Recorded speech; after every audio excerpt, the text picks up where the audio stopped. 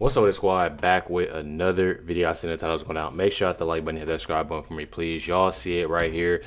Definitely, you know, some news really every day. I can definitely say it's some news every day, and I absolutely,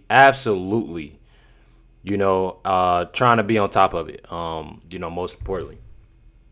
Got it right here. This is new every. I'm not gonna read everything because, you know, this chief medical examiner will be obviously explaining everything. You know, I don't want to sit here and in a sense repeat, you know, what it said. But it says right here, you know, and to not, you know, again, say too much. Throughout, he offers a measured, expert perspective grounded in standard forensic procedure rather than speculation. The interview aims to cut through misinformation and gives viewers a clearer, more informed understanding of where the investigation currently stands, which I feel like is definitely something. You have so many people that's making different AI things. People jump into conclusions and, you know, thinking of basically of what they're saying is correct and it's not. You know, you have people, like I said, making different AI images, making AI videos, saying this and that this happened to Nolan, this happened to Nolan. You have people that don't even know anything about this case and truly has it, you know, so definitely something, you know, it's definitely something. You got it right here. This is Brandon Tatum and the chief medical examiner explaining Nolan's autopsy results. Let's check it out. Based on your expertise as a chief medical examiner, is there anything that stands out about the autopsy produced by the state that we know of, or at least the preliminary findings of that, and also the secondary autopsy that was conducted or paid for by the family? Is there anything that stands out to you that is suspicious in this, from what we know? Well, so the difficulty we have at the present time is you have an ongoing investigation. You have findings from each autopsy. He's decomposed. The autopsy from the state hasn't issued any formal declaration. And then the secondary autopsy has had some findings, a reddening of the head, back of the head that they discussed. And then they mentioned the absence of the neck structures and other things. So right at this time, because of the investigation and no autopsy is performed in a vacuum, you have all these parts of the investigation that are still ongoing. And that is why everybody's kind of waiting to see where it goes. Because with a drowning, it's a diagnosis of exclusion, which basically means everything else has to be ruled out before you can say he drowned. Because right now, all we have is a young man found dead in the water and no explanation of how he got there or why he got there. And so until all these findings are come into play and everything's kind of done with the investigation, toxicologies come back, histologies come back, which is the microscopic sections. All these factors, once they're all back, then we can finally come to a proper conclusion. But at the present time, we don't really have all the information to give an actual finding. So I feel like there's one thing that, and it goes to show you, this. I'd rather see and hear someone say, well, they said they were drinking. They said drugs were involved.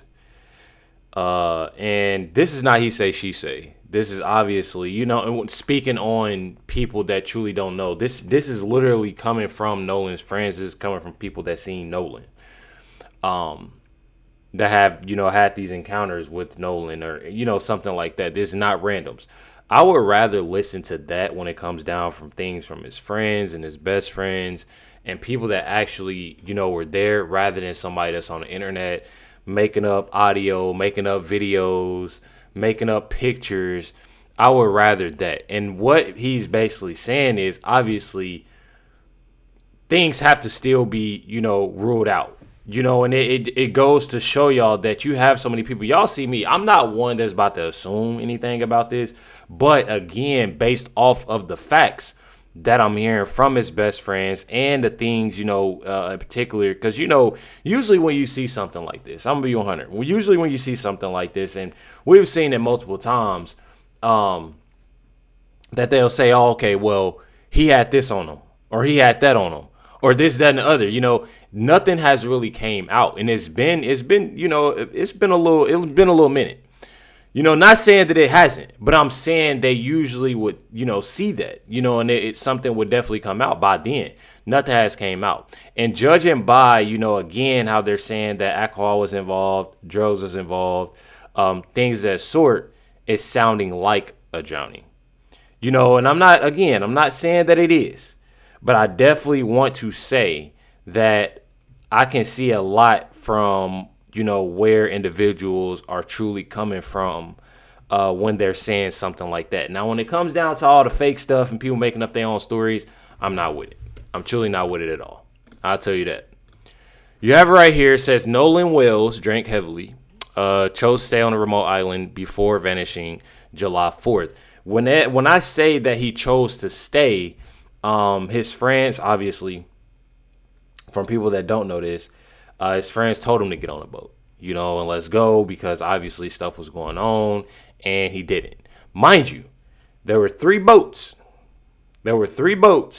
That obviously they all, in this group. But again, when you grown and you want to do something, especially when it's a young lady involved, woman involved, and y'all having a real good conversation, y'all, talking this, that, and the other, then of course, you're most likely, or, a man, it can go both ways.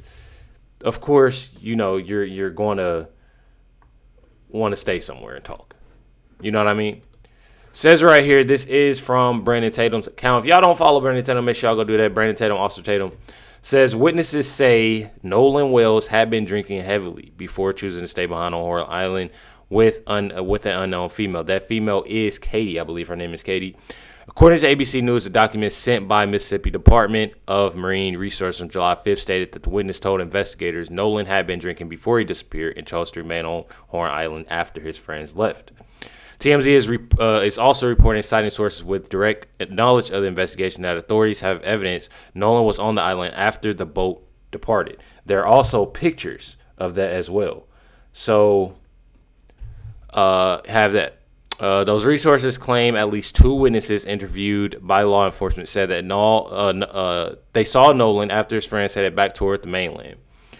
If these reports are accurate, they provide crucial context that has been missing from much of the public narrative. Nolan's death is, and it is tragic, as obviously, a lot of people are seeing and noticing. It is something that is definitely sad, I would say.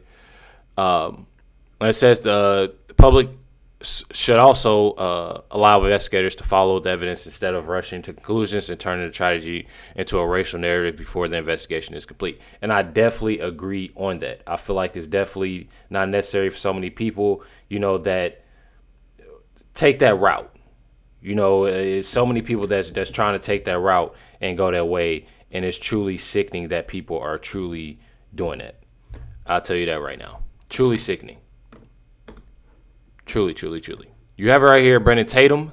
And he said he's been told by reliable resources that, heavy drinking and allegedly, it's all allegedly, that hardcore drug, obviously was involved and played a big role into Nolan's death. Check it out. To think that nobody saw it when they're entangled within all these people, I think is a disservice.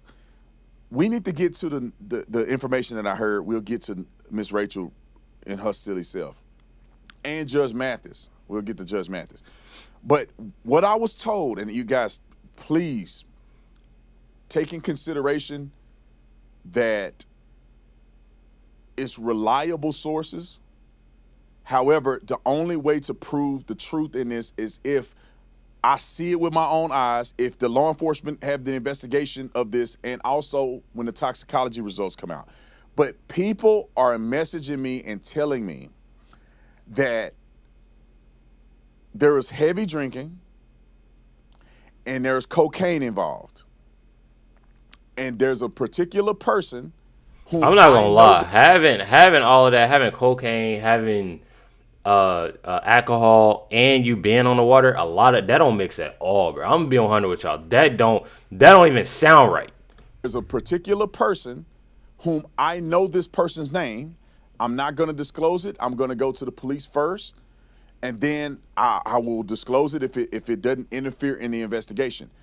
But this person allegedly was offering people cocaine, and someone close to Nolan, one of his friends, told me that this person was offered cocaine and rejected it from this person.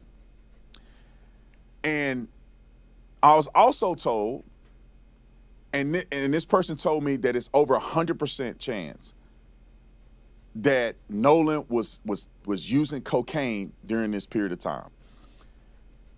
This person said it was 150% sure that when the toxicology comes back, that Nolan will have cocaine in his system.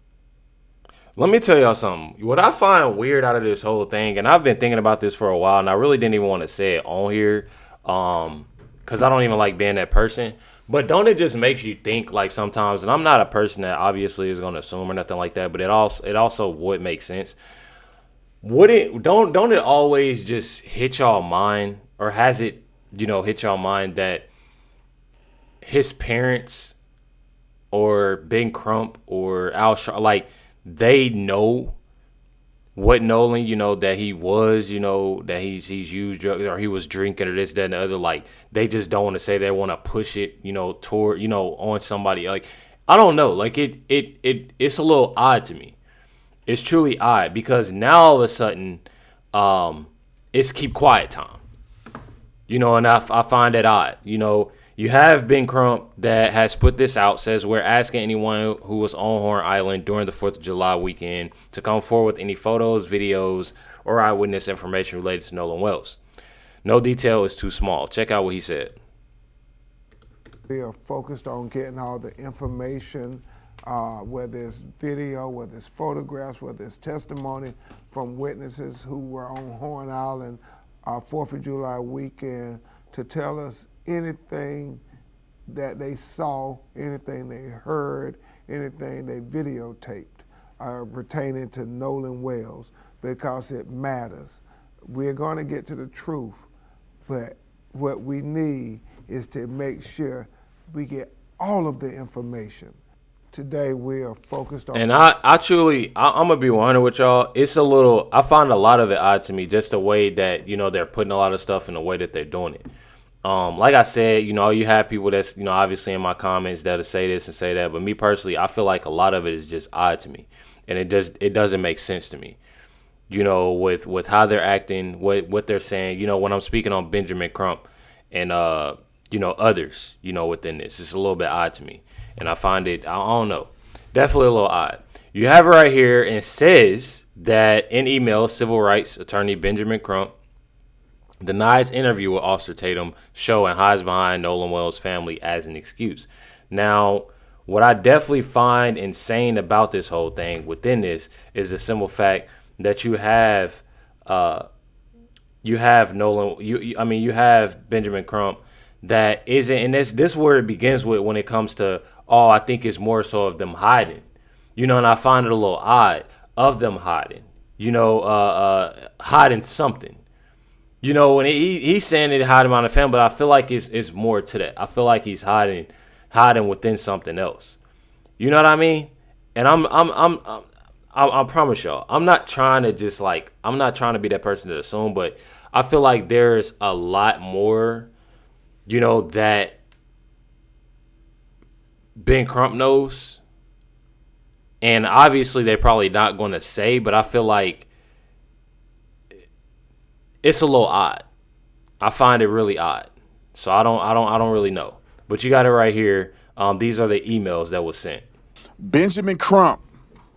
For everybody that said Benjamin Crump wants to get to the bottom of this, he really cares about Nolan Wells' family, I'm telling you guys, they do not care. It's just a money grab. How do you know, Mr. Tatum, whether why, when we reached out to Benjamin Crump, that they didn't respond to us or they made some lame response after our 4th attempt to talk to him?